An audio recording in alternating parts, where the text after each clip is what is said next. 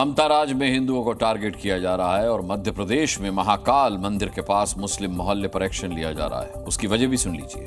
मुस्लिम मोहल्ले में मोहन फोर्स का बुलडोजर इसलिए गरज रहा है क्योंकि यहां लीज पर दी गई जमीन की अवधि समाप्त हो चुकी थी और जमीन कब्जाए लोग इसे छोड़ने के लिए तैयार नहीं थे।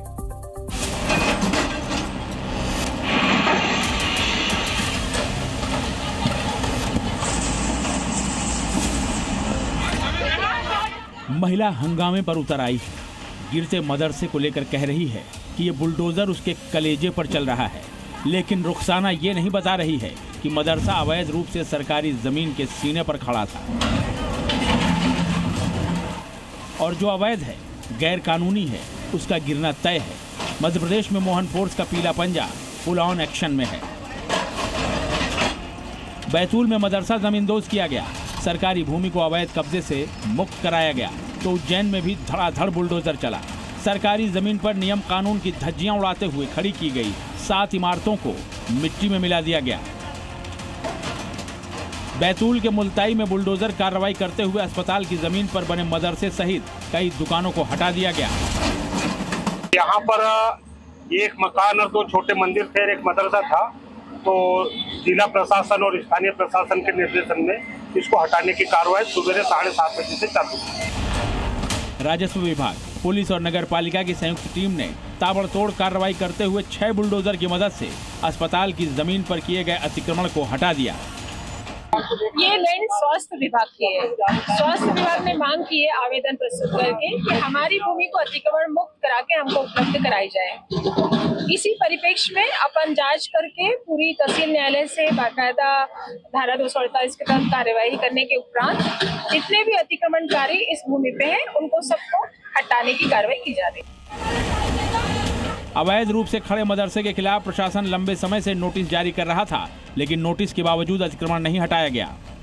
आखिरकार प्रशासन को एक्शन में आना पड़ा। अब भाईजान दलील पर दलील दे रहे हैं, भड़के हुए हैं कि मदरसा गिरा दिया गया, अब बच्चे कहाँ पढ़ेंगे।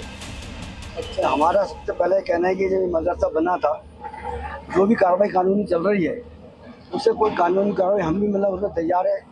हमारे को तो दिया गया, हमसे पैसा लिया गया, हमको रजिस्ट्री की गई है और रजिस्ट्री लेने के बाद हमें अपना मदरसा बनाया है।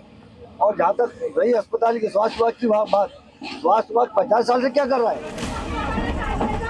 बैतूल में मदरसा गिराने पर महिलाओं ने हंगामा खड़ा कर दिया, लेकिन उज्जैन के बेगम बाग में गुलनाज खान, मोहम्मद शाहिद, कनीज खान और जुबैदा खान की जब बिल्डिंग गिराई जा रही थी तो वो कहीं नहीं दिखे थे। जाहिर है इन चारों को मालूम था कि जिस जमीन पर उन्होंने इमारतें खड़ी की हैं वो उनका नहीं है, सरकार की जमीन है। चूँकि भूखंड उज्जैन विकास प्राधिकरण का है और जो निर्माण है वो एक प्रकार से अवैध निर्माण की श्रेणी में आता है। बाकायदा लोगों को नोटिस देकर सुनवाई करके उसमें अंतिम आदेश जारी किए गए थे। आज 4 ऐसे प्लॉट्स हैं जिस पर लगभग 7 निर्माण है, उन पर लोगों को समझाई दिया जाकर पहले खाली कराया गया और जिला प्रशासन और पूरी टीम के माध्यम से उज्जैन विकास प्राधिकरण द्वारा उस भूखंड पर कब्जा लिया गया और जो निर्माण अवैध है उसको तोड़ा जा रहा है।